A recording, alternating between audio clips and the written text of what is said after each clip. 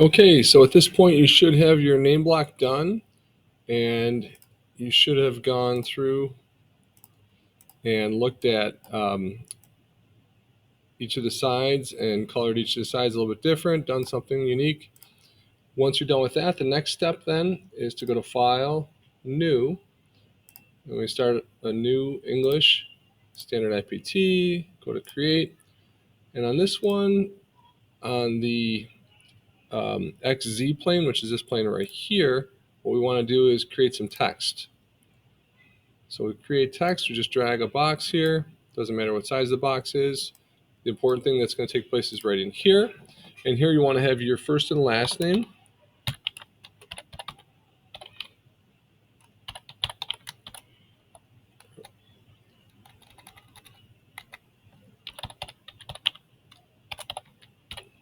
So I'm putting in, you're going to put in your first name, block play, the spaces in there.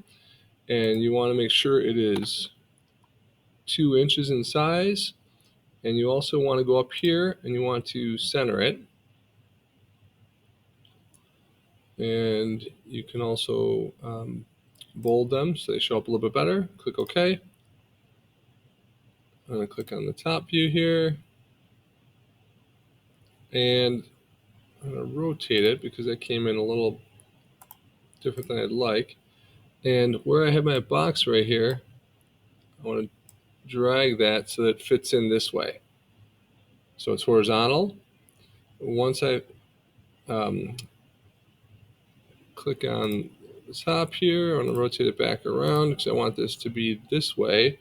So I have to go to rotate, click it, click the center point, and I'm just going to rotate it around so that it's the right way. And click done. Now I finished my sketch. Click on the house there, and I want to go to extrude. Click on my letters, and I only want this to be, let's say 0.25, which is 1/4 of an inch. And I'll just click OK, and I can leave it going up towards me because I'm not going to do anything else with this. All right, so at this point I've got this done. I go to File, Save As, and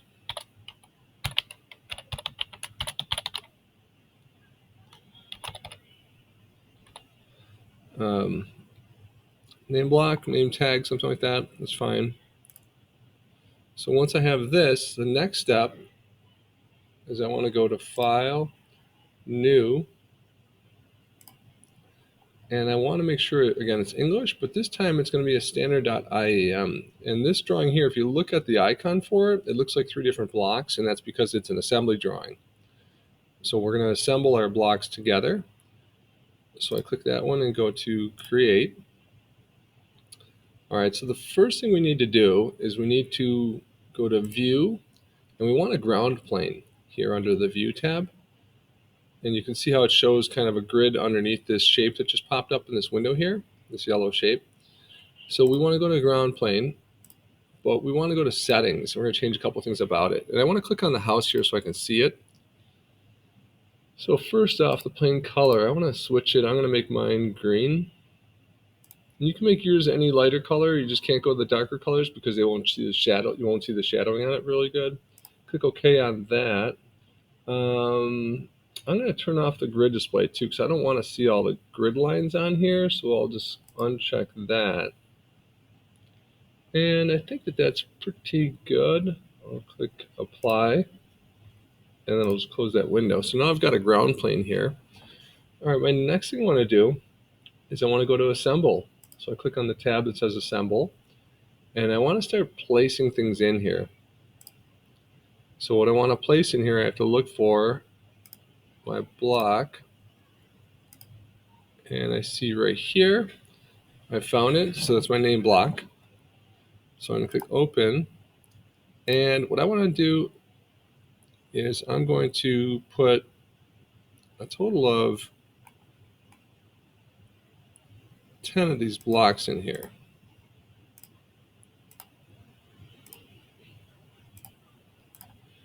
So I've got a total of 1, 2, 3, 4, 5, 6, 7, 8, 9, and 10. and click OK. So I've got 10 of my blocks in here. And now what I want to start doing is I want to start constraining them. So I have constraints under relationships between blocks. So I first want to go to the front view here. And this one at the bottom dictates where I start. So that's my tower. So I'm going to click on the house here. So that's the one that kind of moved the plane down and made it as large as it is.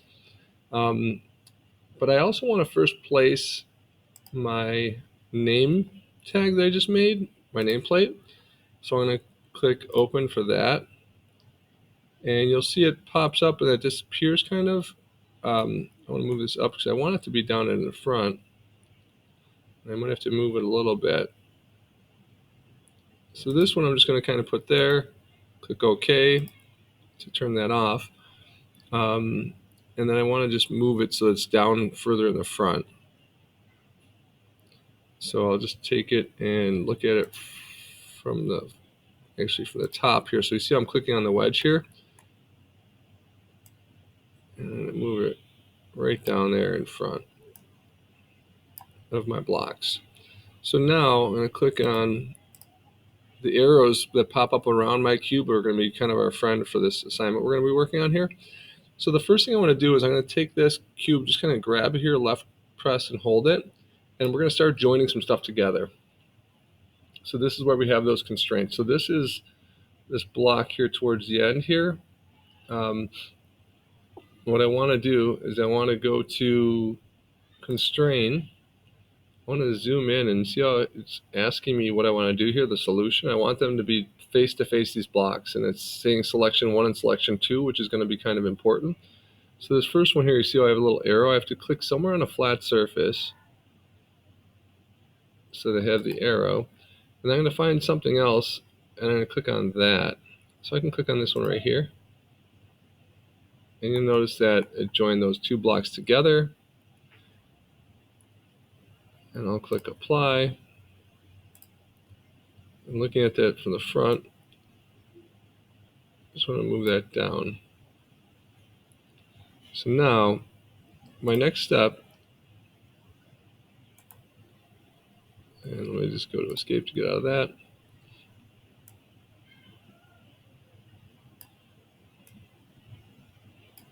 So those two should be joined. And then I'll click on this, look at it from the side. And they are joined here, but we're having a little difficulty with this constraint on them. So I'm going to control Z until I get back to this point. And I'm going to right click on this block and go to free rotate. I want to rotate it this way and rotate it from the top. And then I want to click on this orbit cube, move it up a little bit, and go back to constraint. Try that one more time. So I've got it pointing down there. Grab this cube, pointing up here. Okay, and I click apply, and I can close that out. And notice now how this stayed down on the base here. The reason for that is the second one you click on is the one that it'll go to. So in this case here, the first block I clicked on was the upper one, and the second one was the base block.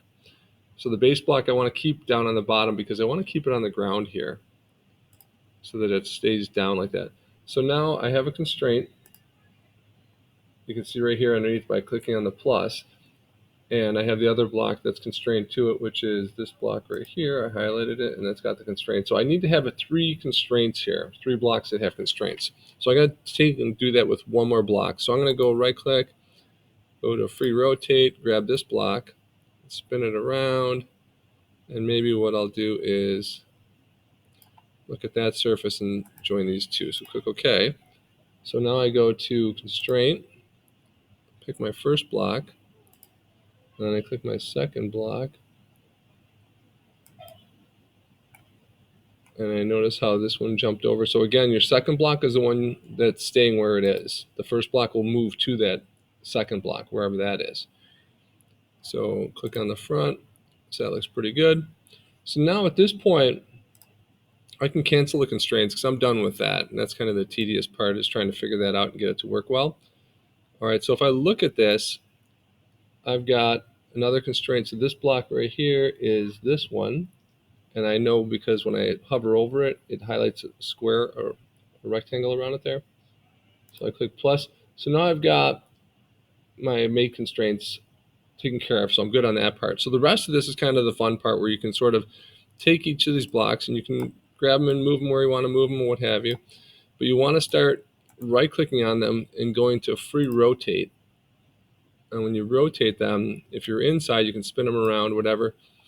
And you can kind of make them balance and do what you want to do. So this one, I'm kind of, it's like sticking down through there. I'm just going to right click and go to OK. I'm going to take it and move it up here and kind of, and this is where you're just kind of eyeballing it and having some fun with the program. So I want to just make sure I'm zooming in on it to make sure it's close. I want to click on the right side here to make sure I'm even lined up, because right now it looks like I'm standing on top of this third block up, but I might not be. Okay, and I'm definitely not here. So you see how far behind it I am? These are the 3 blocks in a stack. So I have to take this and move it over. And again, you want to kind of zoom in so you're nice and close and make it look as real as possible, like they're standing on each other. So then I'll click this left arrow here to go back to the front.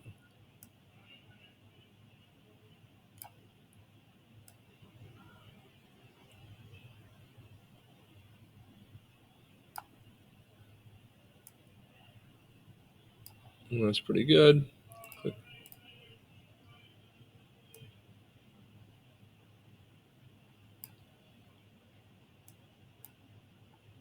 So kind of go back and forth, get them lined up, and you'll keep doing this. So take another block, and I can move them all up here so I know that I haven't dealt with them yet.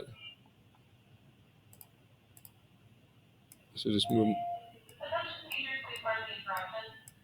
So you move them up.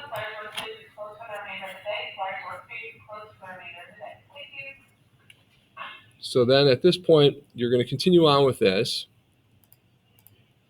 And you can take the blocks, move them down, right click on it, go to free rotate, and flip them around however you want to flip them around so that they kind of are in kind of a neat order here.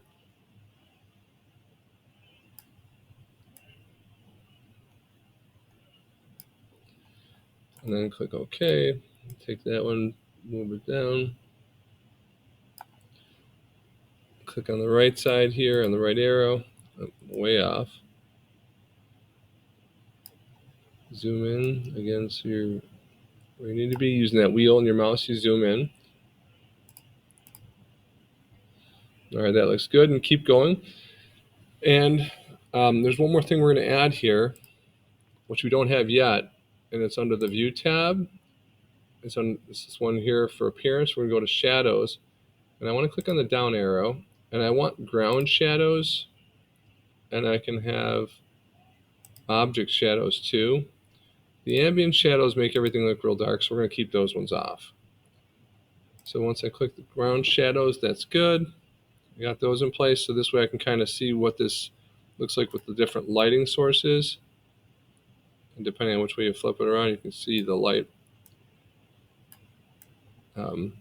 cast a shadow there for the blocks, so it kind of adds a little realism to them. And what you're going to do is you're going to keep working forward on this one to the point where you get to your finished project. And once you do, you want to make sure you click to open these, the ones that you did the mates with, because you have to have at least 3 of those. And when you're finished, you're going to have your finished tower with your shadow, and you can line this up, kind of spin it around, use the rotate to get it looking kind of how you want it to look, so that the stack looks like it's kind of going up and down on the paper. And once you get that lined up here, you see the whole thing. At this point, you're going to go to Control, Shift, and S. And you want to get your browser window on the left-hand side, as well as your blocks here. Make sure you turn off the rotate like I didn't. That's going to be your screen capture. Then you can Control V to paste that into your class assignment. And with the shadowing, I just want to show you real quick on this. You can actually darken the shadows if you get rid of those. You can go to settings, and for the density of the shadow, you can make them more dense if you want to. So your shadows are a little bit more pronounced. And then just click apply on that when you're done, or save and close. So that way the shadows look a little bit more intense. All right, and that is it. Hopefully you had fun playing with your blocks.